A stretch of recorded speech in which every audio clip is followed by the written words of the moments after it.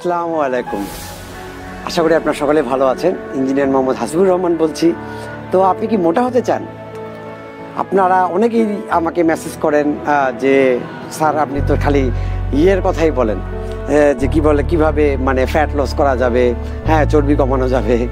তো আর তাহলে মোটা আমরা যারা চিকন তাদের জন্য কেন কিছু বলতেছেন না? আজকে শুধুমাত্র মোটা হওয়ার উপায় নিয়েই বলবো, অন্য কিছু বলবো না। ও আর একটা বিষয় নিয়ে কথা বলবো, রিকোয়েস্ট আছে বিধায়, সেটা হলো হাই প্রেশার। যারা হাই প্রেশারের ওষুধ খাচ্ছেন, হয়তো চিকনা বা আপনি মনে করতেছেন যে কি বলে আপনার আদর্শ ওজন আপনার আছে, আপনার হাইট অনুযায়ী আদর্শ ওজন নিয়ে আছে। সবার আগে আপনাকে দুটা জিনিস ক্লিয়ার করি, খুব মনোযোগ দিয়ে আমার কথাগুলোকে শুনবেন। খুবই রিকোয়েস্ট করতেছি মনোযোগ দিয়ে কথাগুলো শুনবেন, তাহলে আপনি জিনিসটাকে ক্লিয়ার হবেন। সমস্যাটা কোথায়, কোন জায়গায় সমস্যা, এটাকে আজকে আমরা আইডেন্টিফাই করব। এক নম্বর, আপনি যে মনে করতেছেন যে আপনার হাইট অনুযায়ী আপনার ওজন ঠিক আছে, এটা কি আপনি একটা চার্টে দেখছেন, তাই না? তো এটা কি ঠিক আছে? কিভাবে বুঝবেন? সাপোজ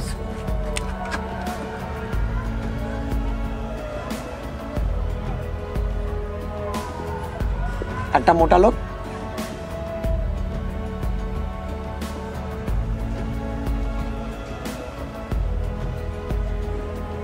একটা সেই বডি বিল্ডার, দুটা লোক আছে আমাদের কাছে।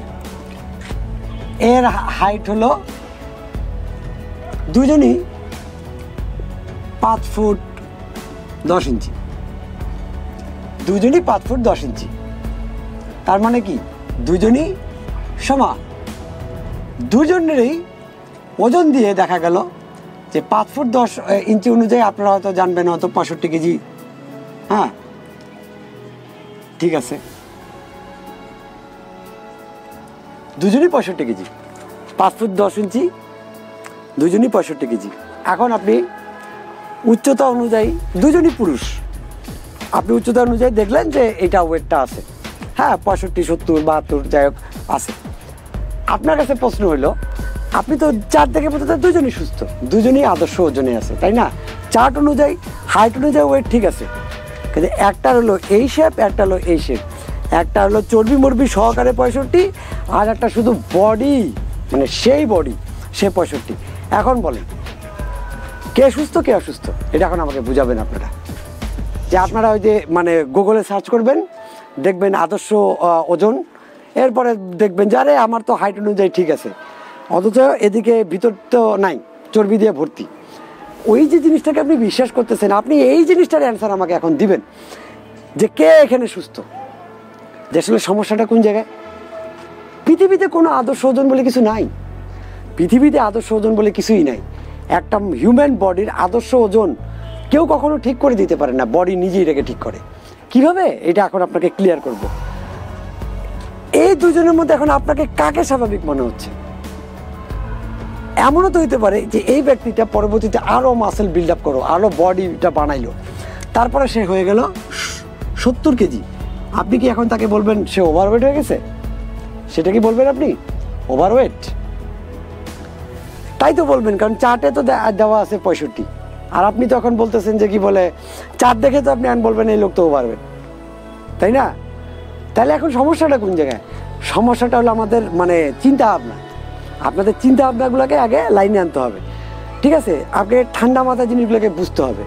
মানে 10 জায়গায় দৌড়াদৌড়ি, 10 জায়গায় কিছু দেখে এদিক ওদিক দেখে আসলে মূল ব্যাপারটা বুঝবেন না। আমরা যে খাবারগুলো, আমরা যে প্রসেসগুলোকে অবলম্বন করার চেষ্টা করতেছি, এটা কখনো কোনো দিন চিকনা হওয়ার না। আপনি চিকন হবেন, আপনার ফ্যাট কমে চিকন হয়ে যাবেন, আসলে ব্যাপারটা তা না। আমরা যে ব্যাপারটা বলতেছি সেটা হলো সুস্থ হওয়ার জন্য। মজার ব্যাপার, আপনার যে বডি, এই বডিটাকে যখন আপনি সুস্থ খাবার দিবেন, তার যেইটা ওয়েট দরকার সেই জায়গাতে চলে যাবে। আপনি যদি সব কিছুকে ঠিক রাখেন, আপনার যদি খাওয়াটাকে ঠিক রাখেন, আপনি যদি উপবাসটাকে ঠিক মতো রাখেন বা ফাস্টিংগুলো ঠিক মতো করেন বা রোজাকে ঠিক মতো রাখেন, আপনি যদি নিয়মিত বডি বিল্ডিং এক্সারসাইজ করেন, মাসেল বিল্ডিং এক্সারসাইজ করেন, তাহলে আপনার বডিটা নিজেই নিজের ওয়েটকে খুঁজে নেবে। আমার ওয়েট কত হবে এটা আমি ওই ডায়েট করে ঠিক করতে পারবো না। আমার ওয়েট কতটুকু হবে সেটা হলো যে আমি কি পরিমাণ কাজ করতেছি, আমি কি পরিমাণ মাসেলকে কাজ করতেছি, আমি কি পরিমাণ মাসেল বিল্ডিং করতেছি, তার উপর নির্ভর করবে আমার অ্যাকচুয়ালি ওয়েটটা কত হবে। এবং সেটা যদি এই ক্ষেত্রে আপনার 60 কেজি হয় বা 58 কেজিও হয়, তাও ঠিক আছে, কারণ আপনার মধ্যে তো ফ্যাট নাই।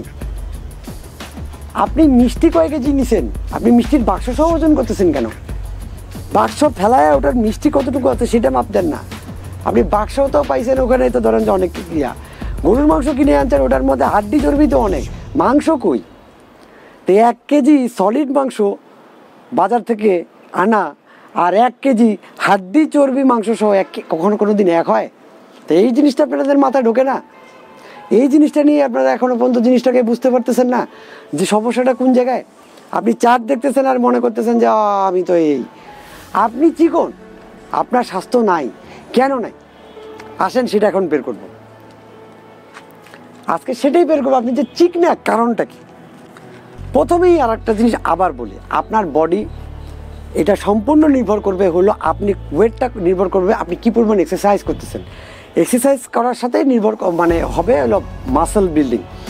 যখন আপনার মাসেলগুলো বিল্ড হবে তখনই আপনাকে দেখে মনে হচ্ছে অনেক গায়ে চর্বি টর্বি আছে, দেখতে সুন্দর লাগতেছে, ভিতরে তো কিছুই নেই, কারণ এগুলো তো সব ফ্যাট।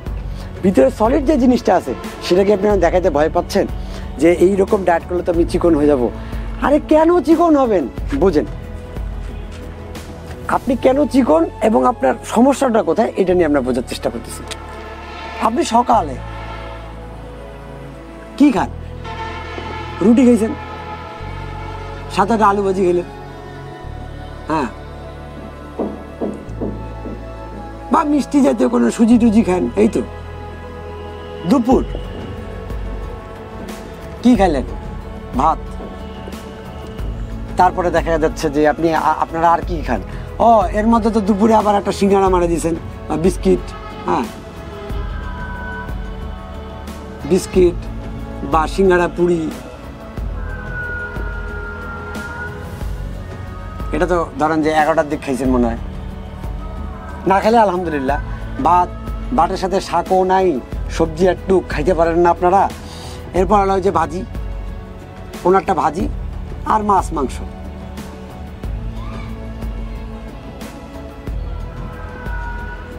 তাও খাইছেন কি দিয়া? সবগুলা সয়াবিন তেল দিয়া রান্না করে, মানে শেষ ওটাকে, মাংসও শেষ, ডিমও শেষ, ভাজি টাজি সব সয়াবিন তেল দিয়ে। মানে কি উপকার পাবেন এটার মধ্যে? সন্ধ্যা লাগলে তো ধরেন যে শুরু হয়ে গেল খাওয়া দাওয়া। কয় কাপ চা খাইছেন আল্লাহ ভালো জানে, চিনি দিয়ে, তো ফের দুধ চিনি দিয়ে। সন্ধ্যার মধ্যেও খাইলেন কিছু বিস্কিট,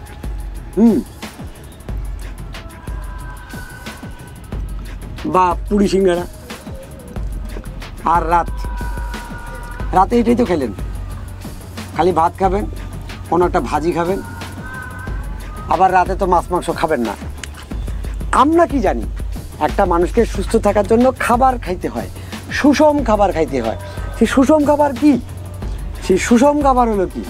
যেটার মধ্যে থাকবে হলো চর্বি বা ফ্যাট বা তেল, যেটা সুস্থ। এর মধ্যে লাগবে হলো আমিষ বা প্রোটিন, তারপর কি লাগবে? কার্বোহাইড্রেট বা শর্করা। সকালে রুটি খাইছেন, খাইলেন শর্করা, আলু ভাজি এটাও শর্করা, সুজি ওটাও শর্করা খাইছেন। সামান্যতম আপনি খাইছেন কোনো আমিষ বা প্রোটিন বা কোনো এটা খাইছেন? খান নাই, সব সয়াবিন তেল দিয়া। মানে ভালো জিনিসটাকে আরো নষ্ট করছেন। 11টার দিকে বিস্কুট খাইছেন, পুরি খাইছেন, সিঙ্গাড়া খাইছেন, সব এই শর্করা। সন্ধ্যার দিক কি খাইছেন? বিস্কুট খাইছেন, পুরি খাইছেন, এটাও শর্করা। রাতে খাইছেন, ভাত খাইছেন, ভাজি খাইছেন, এটাও শর্করা। এখানে কি ছিল? দুপুরে একটু কি খাইছেন? আপনি একটু আমিষ বা প্রোটিন খাইছেন, সামনে ভেজাল তেল দিয়া খাইছেন। তার মানে আপনি চর্বি, ফ্যাট বা তেল খাননি। আপনার পুরা দিনের মধ্যে যা খাইছেন খালি এইটাই, খালি শর্করাই খাইছেন। আপনি নিজে একটু চিন্তা করে দেখেন তো, আপনি যেটা খাইছেন সেটা কি সুষম খাবারের মধ্যে পড়ে? আরে ডায়েটের কথা বাদ দিলাম, আমরা যেগুলো খাবার রিকমেন্ড করতেছি বা যেটা বলতেছি সেটা সব বাদই দিলাম। দরকার নাই, ওগুলো খায়েন না। আপনি যেটা খাইছেন সেটা আপনার কি জ্ঞানের মধ্যে কুলায় যে খাওয়া দাওয়াগুলো আপনি করতেছেন সেটা ঠিক আছে, একটা সুষম খাবারের মধ্যে পড়ছে। দিনটাই খালি আপনারা খালি ওই শর্করা শর্করা শর্করা খাইছেন। শরীর আপনার কিভাবে কাজ করবে, কিভাবে কাজে লাগবে আপনার? কোন হয় আপনি মোটা হবেন, নাহলে গায়ে তো কোনো কিছু লাগবেই না। এই খাবার কি আপনার শরীরে কাজে লাগবে? সুজির মধ্যে কিছু আছে, ওটা আপনার গায়ে কাজে লাগবে? রুটির মধ্যে কিছু আছে, কাজে লাগবে? ভাত তো খাইছেন, শাক নাই, সবজি নেই। অথচ আপনি যদি এইখানে এইটা বাদ দিতেন, শরীরের ক্ষতি কম হতো, এটা বাদ দিতেন, শরীরের ক্ষতি কম হতো। এই দুটা বাদ দিয়ে আপনি কি করতেন, যে টাকাটা বাঁচত সেটা দিয়ে এখানে আপনি ডিম মারে দেন, দুটা ডিম এখানেও অ্যাড করে দেন, ভাজি বাদ দিয়ে এখানেও খান ডিম। তেল কিনেন, সরিষার তেল, মাঝে মধ্যে ডিম 1 চামচ ঘি দিয়ে খান। এখানে একটু বাদাম অ্যাড করেন, বাদাম খান। এখানে দুপুরে একটু বাদাম খান। সকালেও হালকা একটু এই রুটিটা বাদ দেন, আলু ভাজি বাদ দেন, 2টা ডিম খান, সামান্য একটু সবজি খান। এখানে বাদ দেন, এখানে সবজি খান, সবজি খান, ডিম খান, বাদাম খান, শাক খান। এখানে বাদ দেন, বা ভাত একটু খান, সমস্যা নেই। ভাজিটা বাদ দেন, ভাজি করে খাবারকে নষ্ট করিয়েন না, হালকা ইয়ে করে সবজি খান, তারপরে শাক খান। কোন খারাপ খাবারটা আপনাকে খাইতে বলছি? কোন বাজে জিনিসটা আপনাকে খাইতে বলছি? কোনো খারাপ কোনো বাজে খাবার খাইতে বলছি আপনাকে? এই জিনিসগুলো যদি খান, আপনি কি মারা যাবেন? আরো শুকায় যাবেন, আপনি আরো শুকনো হবেন আপনার কাছে মনে হয়? আমার জ্ঞানে কুলায় না এটা। সমস্যাটা কোথায় বুঝতে পারছেন? আপনারা তো সুষম খাবারই খাচ্ছেন না।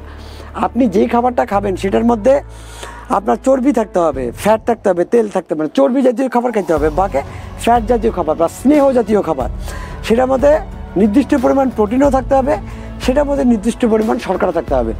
এখন আপনি মনে করতেছেন ভাত যদি না খায় শর্করা কোথা থেকে আসবে? এই ডিমেও শর্করা আছে, সবজির মধ্যেতে সব থেকে প্রিয় শর্করাটা আছে। এই যে মাছ মাংস, এই যে খাবারগুলো খাইতে বলতেছি, এই যে সবজিটা খাইতে বলতেছি, এই যে শাকটা খাইতে বলতেছি, এগুলোর মধ্যে তো শর্করা আছে। এই মাছটার মধ্যেও কিছু শর্করা আছে, তারপরে এই বাদামটার মধ্যে একটু শর্করা আছে, এই যে সবজি, এই শাক, সবগুলোর মধ্যে তো আছে। আপনাকে তো আমি একটু ভালো খাবার খাইতে বলছি। আর এই যে দুপুরে এই যে বাজে বাজে খাবারগুলো খাইতেছেন, সেটার টাকাগুলো দিয়ে আপনাকে আমি এইটা খাইতে বলতেছি। দেখেন, একটা আর একটা হিসাব দেখেন। 1 কেজি বাদাম, বাদামের দাম কত জানেন? 90 টাকা। দিন 100 গ্রাম বাদামের দাম কত হয়? 9 টাকা। এই 9 টাকার বাদাম, 9টা টাকার মাত্র বাদাম, একটু যদি কড়াইয়ের মধ্যে হালকা একটু সরিষার তেল দিয়ে ইয়ে করে 100 গ্রাম বাদাম মানে অনেক।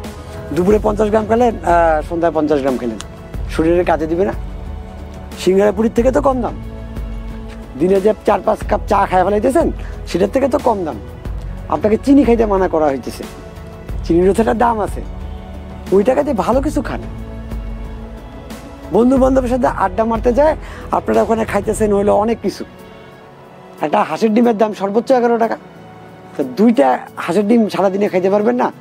11 করে 22 টাকা খাইতে পারবেন না? বিকালে নাস্তা খাইেন না, দরকার নাই। ভাত খাচ্ছেন না, সেখানে তো খরচাটা বাঁচলো, তাই তো? তাহলে খরচাটা আপনি কমায় দিয়ে এখানে ভালো কিছু খান, এইটুকুই বলা হচ্ছে। আর আপনি ভালো কিছু খান, আপনার শরীরটা ভালো কিছু পাবে। এরপরে কি করবেন? এরপরে আপনি এক্সারসাইজ করবেন।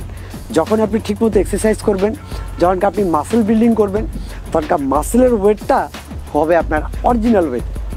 এখানে আপনি আমাকে একটা জিনিস বুঝাবেন যে এখানে কোনো কিছু করে কি আপনার ওয়েট কমার কোনো সম্ভাবনা আছে? এমন কিছু আপনি কি না খায় আছেন? আপনি কি না খায় আছেন? আপনি তো না খায় নাই।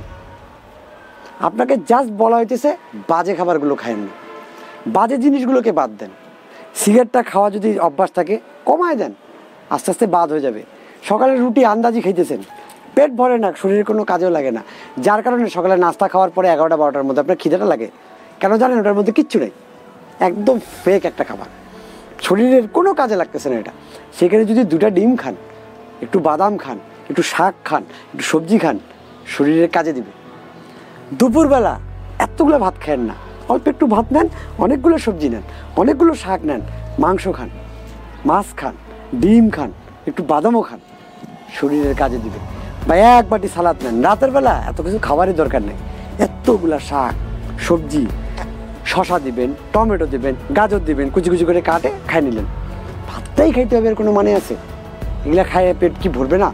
খান, বেশি করে খান, আরও খান, যতগুলো খাবেন খান, ব্যায়াম করুন, আপনার এই মানে জিনিসটাকে প্রক্রিয়াজাত করুন। আপনার বডি মাসেল বিল্ড করবে, ওয়েটটাকে এই যখনকার আপনি বডিকে এইভাবে নিয়ে আসবেন না ভালো খাবারগুলা, তখন বডিকে আপনি হেল্প করলেন। এরপরে যদি আপনি ইন্টারমিডিয়েট ফাস্টিং করেন, এই যে সকালবেলা এই নাস্তাটা বাদ দেন, আর এই খাবারগুলা যেটা খাচ্ছিলেন ওই 2টা খাবার আপনি বাদ দিয়ে দিবেন না, ওই খাবারটুকু সকালে আপনার জন্য যে বরাদ্দ খাবারটা, ওই খাবারটা রাখে দেন। দুপুরে একটু ওটা দুপুরের খাবারের সাথে অ্যাড করে দেন, রাতের খাবারের সাথে অ্যাড করে দেন। সকালে খাইলেন না, দেখা গেল যে আপনার 14 ঘন্টা 12 ঘন্টা একটা অটোফেজি হবে। আপনার একটা উপবাস থাকলেন, একটা রোজা থাকলেন, পানি খান, তারপরে হলুদ চা খান, একটু কফি খান, হ্যাঁ চিনি ছাড়া অবশ্যই। তো তাইলে হবে কি, আপনার শরীরে যে অটোফেজিটা হবে, তাহলে কি আপনার রোগ প্রতিরোধ ক্ষমতাটা বাড়তেছে, আপনার বডিটা একটু রিল্যাক্সেও থাকলো, সে অন্যান্য টক্সিসিটিগুলোকে বডি থেকে বের করবে। ইভেন আপনার বডিতে এই প্রোটিনও তখন এত লাগবে না, কারণ যে প্রোটিনগুলো বডিতে আসে, হ্যাঁ মানে বাজে অবস্থায় আছে, সেগুলোকে বডি তখনকার ভাঙে রিজেনারেটেড করবে, সেটাকে আবার শরীরে কাজে লাগাবে। তখনকার ওই পরিমাণ প্রোটিনও আপনাকে গ্রহণ করতে হবে না। কত যে মজা না! তো এইভাবে আপনাকে কিন্তু সুস্থ জিনিসগুলো খেতে বলছে, ভুলে যান ওই কিটো ফিটো সব কিছু বাদ দেন। আপনাকে কি বলা হইতেছে, আপনি ভালো মতো খান, ভালো খাবারগুলো খান, সয়াবিন তেলটা বাদ দেন, চিনিটা বাদ দেন, লবণের জায়গায় হিমালয়ান পিঙ্ক সল্টটা ইউজ করুন, পানিতে গুলো একটু হিমালয়ান পিঙ্ক সল্ট খান, মাঝে মধ্যে একটু ডাবের পানি খান, একটু সালাদটা একটু বাড়ায় খান, শাকটা একটু বাড়ায় খান, সবজিটা একটু বাড়ায় খান। একদিনে হবে না, অল্প অল্প করে বাড়ান, তাহলেই সুস্থ থাকবেন। বুঝছেন? যারা যে শুকনা করতেছেন, স্বাস্থ্য তখন ব্যায়াম করবেন, মাসেল বিল্ডিং করবেন, এমনি আপনার ওয়েট জায়গা মতো চলে যাবে। তো আজকে আমার ভিডিওটা একটু মনোযোগ দিয়ে আপনার বিবেককে কাজে লাগানোর জন্য বলতেছি। বিবেক তো শেষ হয়ে গেছে, আর মাথা তো আর কাজ করতেছে না, কারণ মাথার মধ্যে জমে গেছে ফ্যাট, বিভিন্ন রকম অসুখ বিসুখ, এইভাবেই আমরা অসুস্থ হয়ে যাচ্ছি। তা আমি মনে করি এই ভিডিওটা চরম গুরুত্বপূর্ণ, যারা চিকনা পটকা শুকনা যারা আছেন তাদের জন্য, তারা একটু বুঝেন ব্যাপারটা। যারা মনে করতেছেন যে আমাদের আদর্শ ওয়েট আছে, আর ঘোড়ার ডিমও নাই, কারণ হলো আপনি তো শরীরে শক্তি পান না, কোনো কাজকর্ম করতে পারেন না, ওই আদর্শ ওই ওয়েটটা ধুইয়া আপনি পানি খান, আপনার যে আদর্শ ওয়েট মনে করেন ওটা ধুইয়া আপনি পানি খান, তাহলে আপনার কাজে দিবে। তো এই হলো আমার মূল ব্যাপারটা, যে আপনারা যারা মনে করতেছেন যে আমরা আসলে কি করতেছি না করতেছি, পুরো ব্যাপারটা একটু বোঝানোর চেষ্টা করলাম। যদি মাথায় কি ঘুরিয়ে থাকে তাহলে ইনশাল্লাহ আপনারা বুঝবেন, আর যদি ইচ্ছা থাকে তাহলে আমার কথাগুলো বুঝে আপনারা চেষ্টা করবেন যে কিভাবে বাস্তবে একটু সুস্থ হওয়া যায়। তো ভালো থাকবেন, সুস্থ থাকবেন। আসসালামু আলাইকুম।